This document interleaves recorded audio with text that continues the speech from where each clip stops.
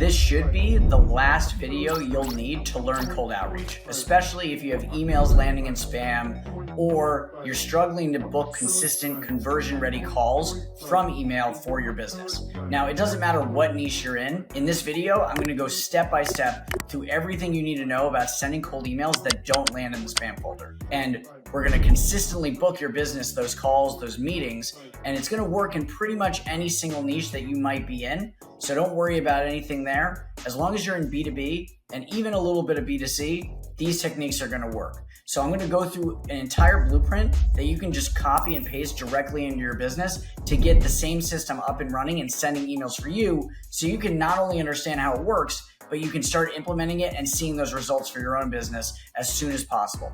Now, the reason I know this works is because these have been our cold email results in the past 30 days alone. Now, the system is divided into 6 different parts. So this is the whole cold outreach engine: deliverability infrastructure, a niche-specific offer with positioning around it, data and list enrichment, personalized email writing, automated follow-ups, and then your calendar, conversion, or CRM sync. How are you going to get these leads into your CRM so your sales team can work them? All right, let's start with deliverability infrastructure. So here's why most emails are landing in spam. You're sending cold emails from your primary domain, which you should never do.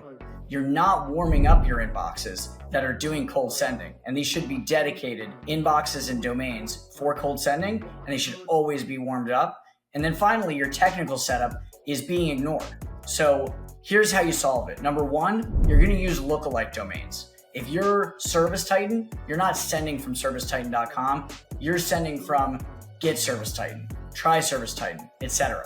You're buying those domains and you're setting up inboxes on those. Next, you're going to have to think about the proper setup of all the authentication protocols: SPF, DKIM, DMARC. And then finally, you're going to want to think about extra steps as well. Aged inboxes, or aged domains rather. If it's been around for a while, it's got a higher likelihood of landing in the inbox. Is it worth going and checking expireddomains.net, for example, and checking out the auctions to find something that's 5 years old and setting up inboxes there?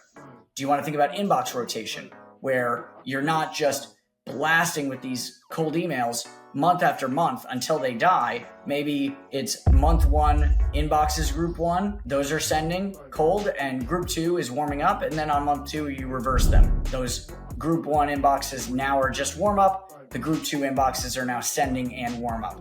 And that's going to elongate the lifespan of your inboxes, and it's going to bury any negative signal in a lot of positive signals to Google and Microsoft. Well, Dean, I don't know where to start with finding lookalike domains. Well, I've got a great tool that you can check out here, instantdomainsearch.com. Let's say we're going with that Service Titan example. I'm going to just type in the name, and I'm going to get a ton of variations with prices on what's available online right now. Now, that's a big brand, so I'd want to make a little bit more variation here. Misspellings is a great way to find similar domains that are available. So I'm going to give you an example here.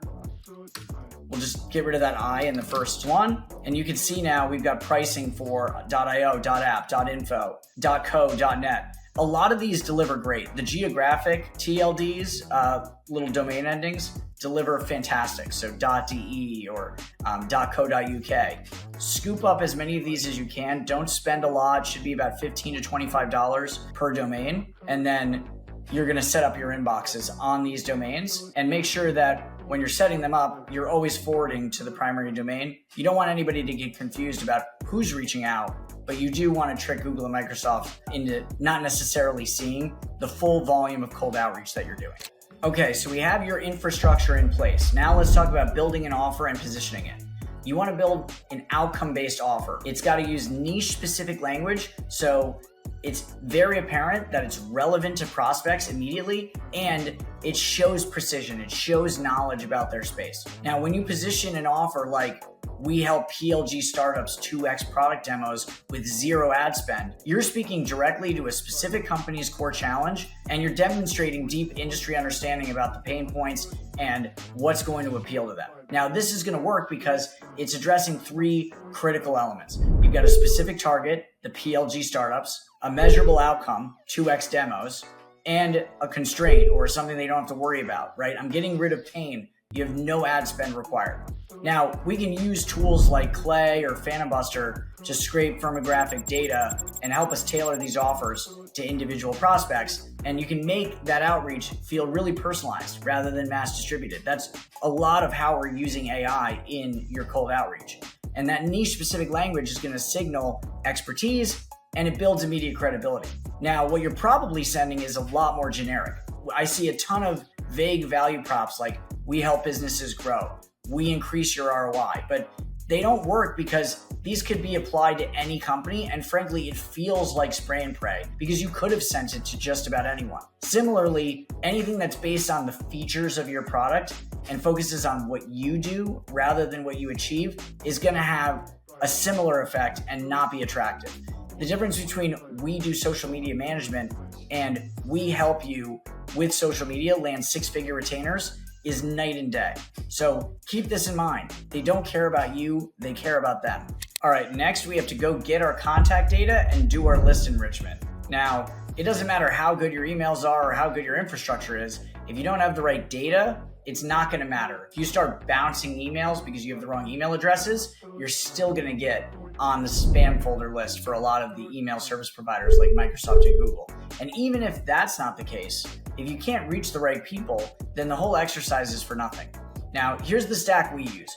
We use Clay primarily as our main source and hub for doing all of our enrichment. We use tools like Apollo, like Lead Magic for email validation, LinkedIn, and some custom scraping with AI to really pull together something unique, going back to saying something niche and showing our expertise. Now, I don't have time to break down the entire scraping process here, but I went ahead and pulled up a table in Clay where I just went after the owners of automation machinery businesses. And I'm going to show you exactly what we would pull in here. We found people that match that owner profile. Here's a couple of companies. You can see the info we're getting from Clay in this case, job title, etc. Now, we didn't have emails, so I went ahead and hit our Apollo API key, and you can see whether or not we found an email for this person. Here's all the fields we brought back, and I believe email is in here somewhere. I see email status verified. We'll just have to, here it is. So email, Barbara.Humptons, we're gonna add this as a column. And then we're gonna wanna verify that email again because I never really trusted the first time around. So what we're probably gonna do is hit Lead Magic to verify all of these emails. And then just to give you an idea of how we might personalize, I went ahead and sent a little AI crawler, a Clayagent, to the website. And what we're gonna do is just extract the main product offered by the company. So visit the website, output the main product. Now do it in 2 words so I can throw it in an email, all lowercase, nothing else, right? So it gave a couple of examples as well, music streaming or vacation rentals. And you can see what came back here. We've got flippy robots or parts feeders or packaging machinery. And we can layer on a few of these to come up with some really tailored language in our positioning or in our offer so that they know that we're reaching out to specifically them. And just keep in mind as well, it's not always going to work out perfectly. So you're going to need a fallback strategy for cases where you're not able to find the case study or the piece of information that you're after. That's a little bit on how I think about data and list enrichment. Now, this next piece should be actually the fastest part of the system, even though it trips the most people up or has the most people staring at a screen with writer's block. Here's what we're doing for personalized email writing. Subject line, first line, body, call to action. Don't overthink it. You want to make those customized lines, whether it's first line or within the body, about job data, recent news, things you pulled from their website, whatever you're using to tailor and make this as relevant as possible. That's the piece where you think about customizing it. Again, nothing corny. Let's not call out their college. Let's call out specific pieces of information we were able to glean with tools like Clay, with AI, to make sure that they know that we reached out to specifically them about a specific thing. And then with the body, it's here's who I help, here's what we do, here's proof of how we do it, and want it, okay? And want in is that call to action. Again, go for the low friction call to action. Open to a quick chat. Would you be interested in something like that? If I could do this, would that be worth a conversation? Those sorts of call to actions that give them an out are going to see much higher reply rates than something where you go straight for the kill and try to book a demo without even seeing if they're interested at all. So I've got some examples on screen. I just used Claude to help me out here. You can see some quick examples. Company name, scaling, pipe cleaning operations, right? Hey, notice that you guys have grown to XYZ employee count. We could pull this with Clay over the past year. Companies at your stage typically face challenges with a common challenge for startups or businesses in that space at that size. I've been helping similar companies. I would call out the actual companies, streamline this transition, and they saw XYZ results. That part's missing here in Y timeframe. And then worth a brief conversation to see if there's alignment. I would get rid of this part. For example, too, hey, I see you're using this technology for use case. I see you're using Stripe for checkout. Most companies that are in e-commerce are finding they need to enhance this once they scale past 100 people. Now, again, I would get more specific. We help companies using Stripe reconcile their books at the end of the month. If I could show you how we're doing this and saving people 8 to 10 days on average on closing their books at the end of the month, is that worth a conversation? Again, funding is another example that people use all the time. Hey, congrats on the recent funding. Generally, people are looking to hire aggressively. We have HR tech XYZ. If we could do this or speed up your hiring process, would it be worth a conversation? You can see there's a similar theme here. We want to get right to the point. We want to make it relevant to them. We want to show we did our homework, but we also do not want to spend all day writing these emails. This should be one of the fastest pieces of your process. Now let's talk about follow-up strategy. So a lot of people will advocate, and I used to see this at the beginning of my sales career where people were advocating 4 or 5, 12-step sequences. For cold email, that is a mistake because what you're really doing is inviting people to click the "this is spam" button because they're getting more and more annoyed. And that is death for your cold email inboxes. So I would say 1 to 2-step email sequences, max over 3 days, and then you're out of there. Now, 90 days later, you can recycle all of the people that didn't reply and you can hit them again. But I would not belabor it beyond that. They have not opted in yet. We don't know if they're interested. So you need to lay off and be a little bit less aggressive when it's that first outreach. Now, the tools should take care of this for you as far as creating a sequence. Anything like Instantly, Smart Lead, Email Bison, Plus5, Lead Engine. I'm sure I'm forgetting more, but all of them have the ability to create your email 1, wait 3 days, and email 2. I wouldn't overthink your second email too much. Could be a bump email. Hey, just bumping this up just to get it in front of them. Or you could try to find a way to reframe the value prop and see if a different angle gets the job done. Either way, don't overthink this piece either. Just set up one follow-up for 2 or 3 days later, and then keep an eye on all the leads that don't respond to the campaign, and we're going to recycle those 90 days later. All right, now we're going to get into the final piece of this cold email engine.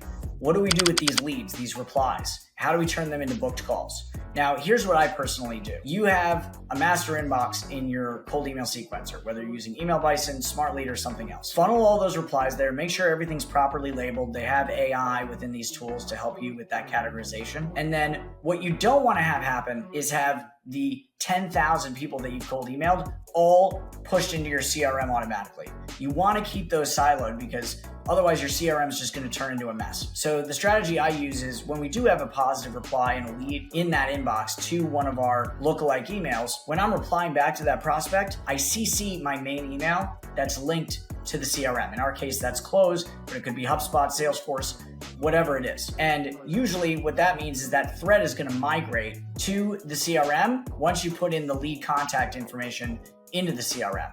And so once that's all in there, you can then continue to reply to that thread and carry on the conversation from your main email and sort of hand it off without it being too off-putting to the prospect. Most of the time, I've never actually had anybody remark upon it, and it's a relatively low lift for your dev team. You don't have to set up any crazy automations for this. It's just a manual reply, CC the main email, and then just enter in that email address of the prospect so the CRM picks up that thread. The second thing you want to be thinking about is warm calls. If you have the capacity, if you have SDRs in the chair, you should have them immediately try to find the phone number for anybody that's interested and call them right away and try to book in the meeting.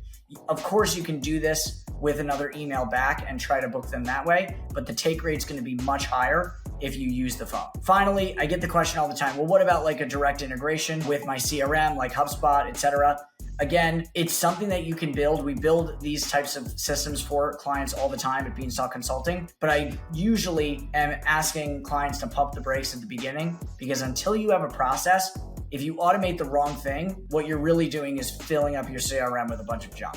So yes, you do eventually want to get to that automated place, but first make sure that the manual process works well and there's no kinks. There you have it. That's the whole system. Now that entire system is proven to bring you the exact results that you're looking for with cold emails, if you implement it the right way.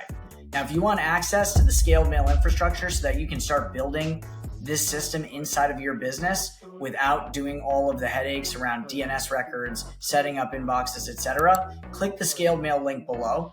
And if you like the idea of having this whole system in place, but you watched all that and you said, I want to skip all of this, I want a team to run this for me, and I only want to focus on sales and closing deals, book a call with Beanstalk Consulting below, and let's see if we can help you.